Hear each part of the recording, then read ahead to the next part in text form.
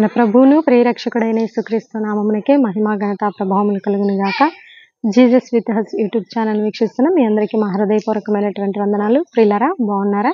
మీ ఆరోగ్యాలు బాగున్నాయా? మీరు మీ కుటుంబ ప్రార్థన తప్పనిసరి అండి.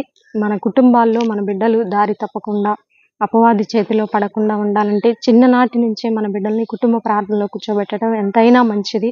ఆధ్యాత్మికంగా ఈ దినాల్లో బిడ్డల్ని పెంచడం తప్ప వారిని మంచి మార్గంలో నడిపించడానికి మరొక దారి లేదు.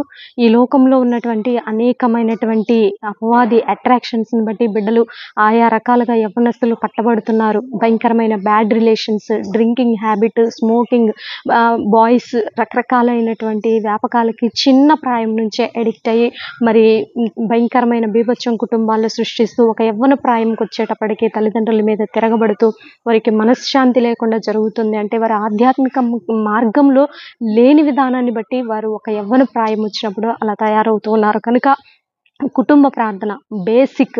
మన కుటుంబంలో కంపల్సరిగా కుటుంబ ప్రార్థన ఉండటం ద్వారా మన బిడ్డల భవిష్యత్తు ఎంతో బ్రైట్గా ఉంటుంది. కనుక ప్రతి కుటుంబంలో కూడా కుటుంబ ప్రార్థన ఉండాలని ప్రభునామంలో మనవి చేస్తూ ఈరోజు దేవుడు మనకి ఇస్తున్నటువంటి చక్కని వాగ్దానము యెషయా గ్రంథము 30వ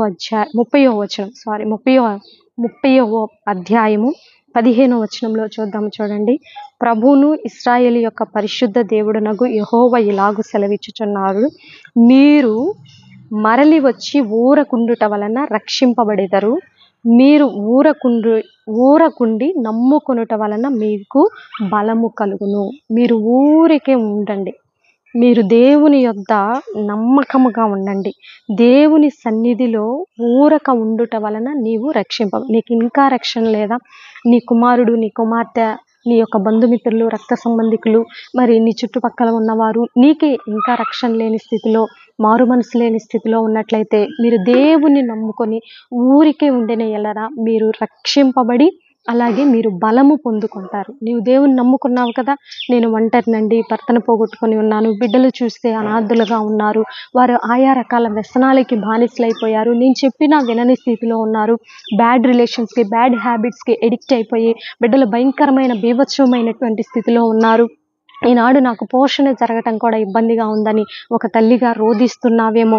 మరి ఈరోజు నీకు దేవుడు ఇస్తున్నటువంటి చక్కని వాగ్దానము, ఊరికే ఉండిన ఎడల నీవు రక్షణ పొంది దేవుని నమ్ముట వలన బలము పొందుకుంటావు. నీవు ఊరికే అలా దేవుని సన్నిధిలో నీవే దిక్కు ప్రభా. యెహోషాపాతు కూడా, అయ్యా నాకు దిక్కు ఎవరు లేరు, నాకంతా బలగం అన్నీ ఉన్నా కూడా మాకేమీ తోచక ఉంది. నీ కుటుంబ పరిస్థితులను బట్టి ఈరోజు నీకేమీ తోచట్లేదా?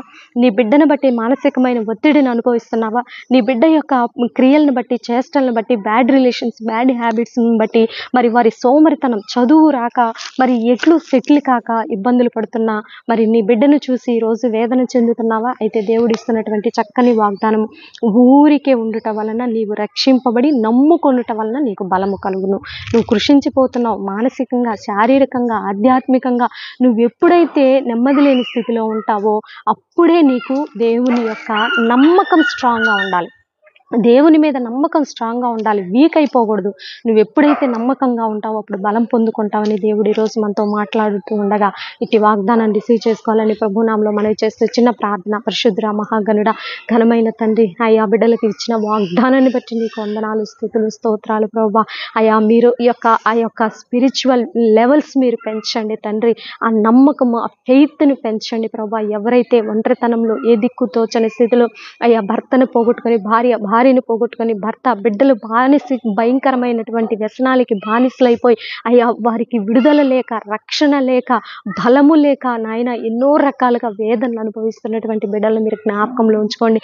ఆయా రకాల అనారోగ్యాల చేత నాయన పీడింపబడుతున్న బిడ్డలకు విడుదల దయచేయండి. Sugar, BP, thyroid, HIV, cancer, liver problems, heart problems, నరాల బలహీనత, భయంకరమైనటువంటి ఆయా వ్యాధుల నుంచి విడుదల ప్రకటిస్తున్నాను యేసు నామములో తండ్రి. ఈ దినము ఎంతమంది అయితే ఈ వాగ్దానం చూస్తున్నారట బిడ్డలందరికీ విడుదల వచ్చును గాక. కోర్టు కేసుల నుంచి విడుదల, అయ్యా విడిపోయిన కుటుంబాలు కట్టబడాల. భారతదేశంలో యవ్వనస్తులకు మారు మనసు, చిన్న బిడ్డలకి నాయన అయ్యా నీ యొక్క ఆధ్యాత్మిక లెవెల్ని పెంచమని ప్రార్థిస్తున్నాను. వారి చదువుల్లో మీరు తోడుగా ఉండండి.